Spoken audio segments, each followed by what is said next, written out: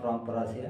कल अपन ने देखा था सेंटेंस को कैसे हमें ट्रांसफ़र करना है हिंदी से इंग्लिश में। मैंने आपको अफर्मेटिव के बारे में जानकारी दी, नेगेटिव के बारे में जानकारी दी, इंट्रागेटिव के बारे में जानकारी दी। चलिए आज अपन present tense non action verb की तरफ चलते हैं और ये देखते हैं कि अपन जैसा अपन हिंदी बोलते हैं ठीक उसी प्रकार इंग्लिश में उनको अपन कैसे बोलें, कैसे लिखें। अब अपन इस तरफ चलते हैं, आइए मेरे साथ।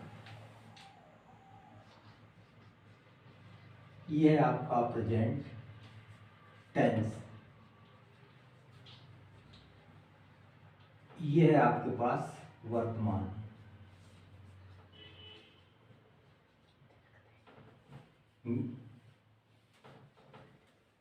पूर्ण अर्थ में है, हो या हूं आता है।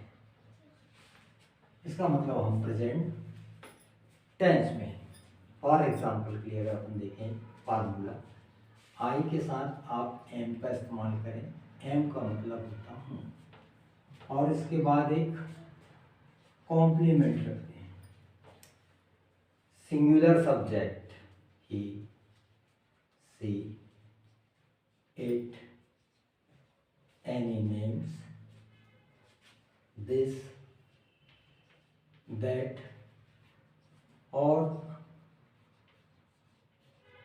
Singular subject. इनके साथ हमेशा इच का इस्तेमाल किया जाता है और ये बिल्कुल फिक्स हो गया।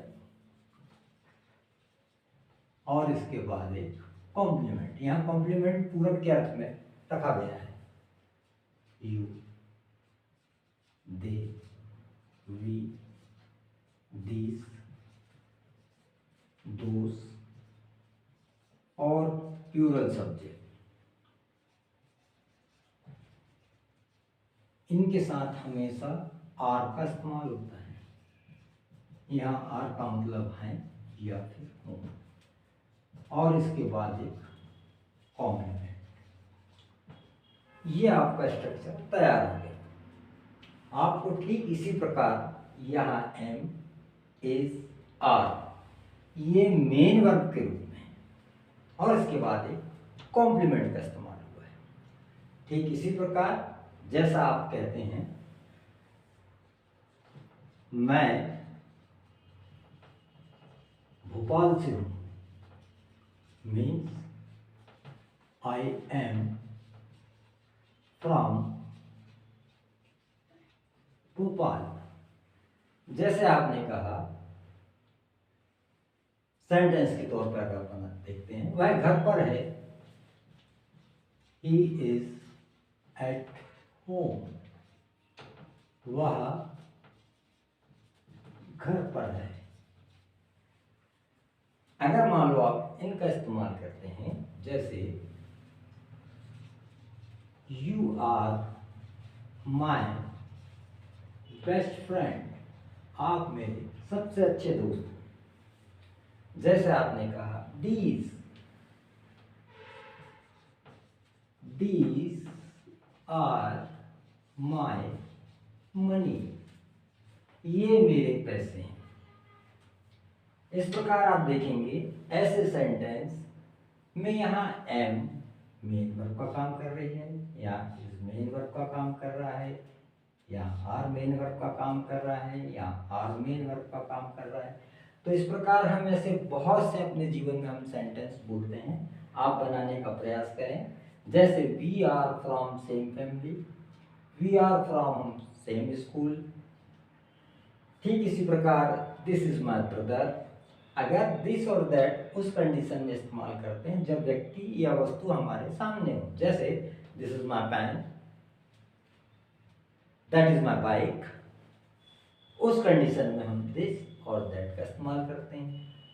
ठीक इसी प्रकार हम ऐसे सेंटेंस का जब निर्माण करते हैं तो ऐसे सेंटेंस में हम ये देखते हैं कि एम, इज, आर एक पूर्ण वर्ब के रूप में यहाँ काम कर रही है, क्योंकि इसके बाद हमने कॉम्प्लीमेंट का इस्तेमाल किया। अब ठीक इसी प्रकार के सेंटेंस को जब हम नेगेटिव में ट्रांसफर करते हैं।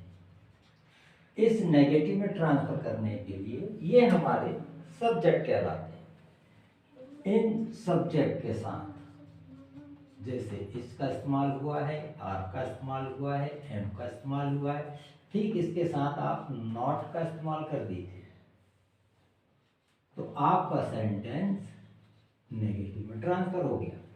अब देखिए एक सेंटेंस, नोबडी इज हेयर, यहां कोई नहीं है। जब ऑलरेडी नो का इस्तेमाल हो गया तो ऐसे सेंटेंस के लिए नॉट का यूज नहीं किया जाता है। जैसे he is not in his room, वह उसके कमरे में नहीं है।